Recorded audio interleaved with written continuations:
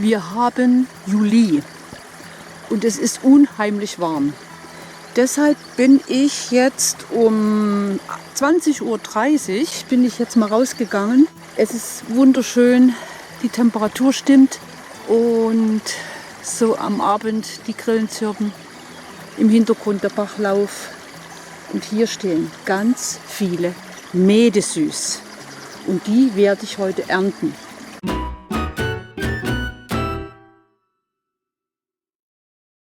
Das ist Mädesüß und sie gehören zu den Rosengewächsen.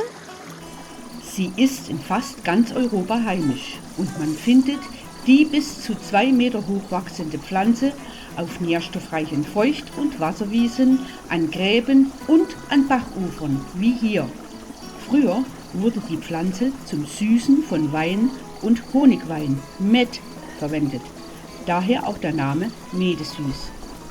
Oder auch von Maat-Süße, das heißt, es verströmte beim Absensen der Maat einen süßlichen Geruch. Mädesüß ist eine alte Heilpflanze. Die Blüte enthält ätherische Öle, Flavonide sowie Gerbstoffe. Sie wirkt außerdem antioxidativ und schützt die Schleimhäute. Der Stängel ist rötlich überlaufen und verzweigt sich im oberen Teil. Am Stängel befinden sich auch noch ganz kleine Blättchen.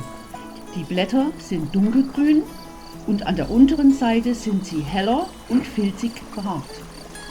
Eigentlich ist die Pflanze unverkennbar, weil sie zusätzlich noch einen angenehmen, honig- bis mandelartigen Geruch verströmt. Das turbulente Leben in einer gesunden Sommerwiese.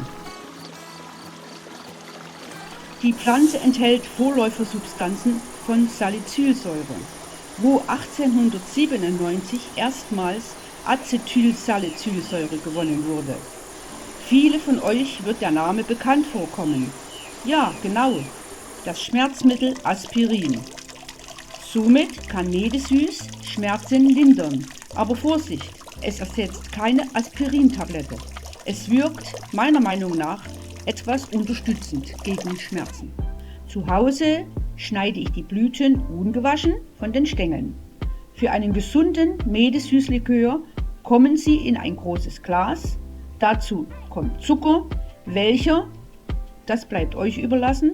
Ich nehme gerne Vollrohrzucker und Rohrohrzucker. Darauf kippe ich dann 40-prozentigen Korn oder Wodka und lasse das Gemisch für 4 Wochen bei Zimmertemperatur stehen. Der Rest der Blüten wird zu einem leckeren Sirup verarbeitet. Irgendwie erinnern sie mich immer an Holunderblüten. Mit Wasser übergießen, sodass die Blüten vollkommen bedeckt sind. Dazu eine ganze Zitrone, unbehandelt natürlich eine Bio-Zitrone, beschweren, dass die Blüten unter Wasser gedrückt sind und anschließend 24 Stunden stehen lassen. Nach dieser Zeit werden die Blüten abgeseit. Zucker, bei mir wieder eine Mischung aus Voll- und Rohrohrzucker. Die Menge des Zuckers ist ein wenig weniger wie 1:1. Hier gebe ich zum Beispiel zu einem Liter Flüssigkeit 900 Gramm Zucker. Noch weniger Zucker, geht ihr allerdings das Risiko ein, dass der Sirup schimmelig wird. Die Flüssigkeit schmeckt schon ziemlich nach Medizin. Und dass dieser Geschmack ein bisschen verschwindet, gebe ich noch ein Päckchen Zitronensäure dazu. 15 bis 20 Minuten lasse ich den Sirup nun kochen und fülle ihn dann in steril saubere Flaschen ab. Ich habe den Sirup teilweise auch verschenkt. Die Beschenkten waren über die Seltenheit und die medizinische Kostbarkeit des Sirups sehr freudig überrascht. Nun sind schon 4 Wochen vergangen, dass ich die Blüten mit Zucker in Alkohol eingelegt habe. Zwischendurch immer mal umrühren, das darf man nicht vergessen.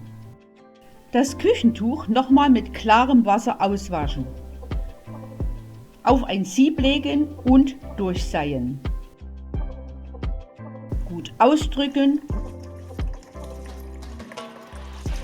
und fertig ist ein aromatisch, süßer, ganz gesunder etwas nach Medizin schmeckender Medisüßlikör.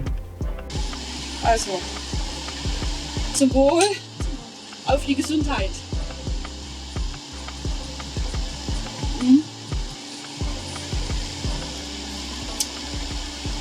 Schmeckt gesund.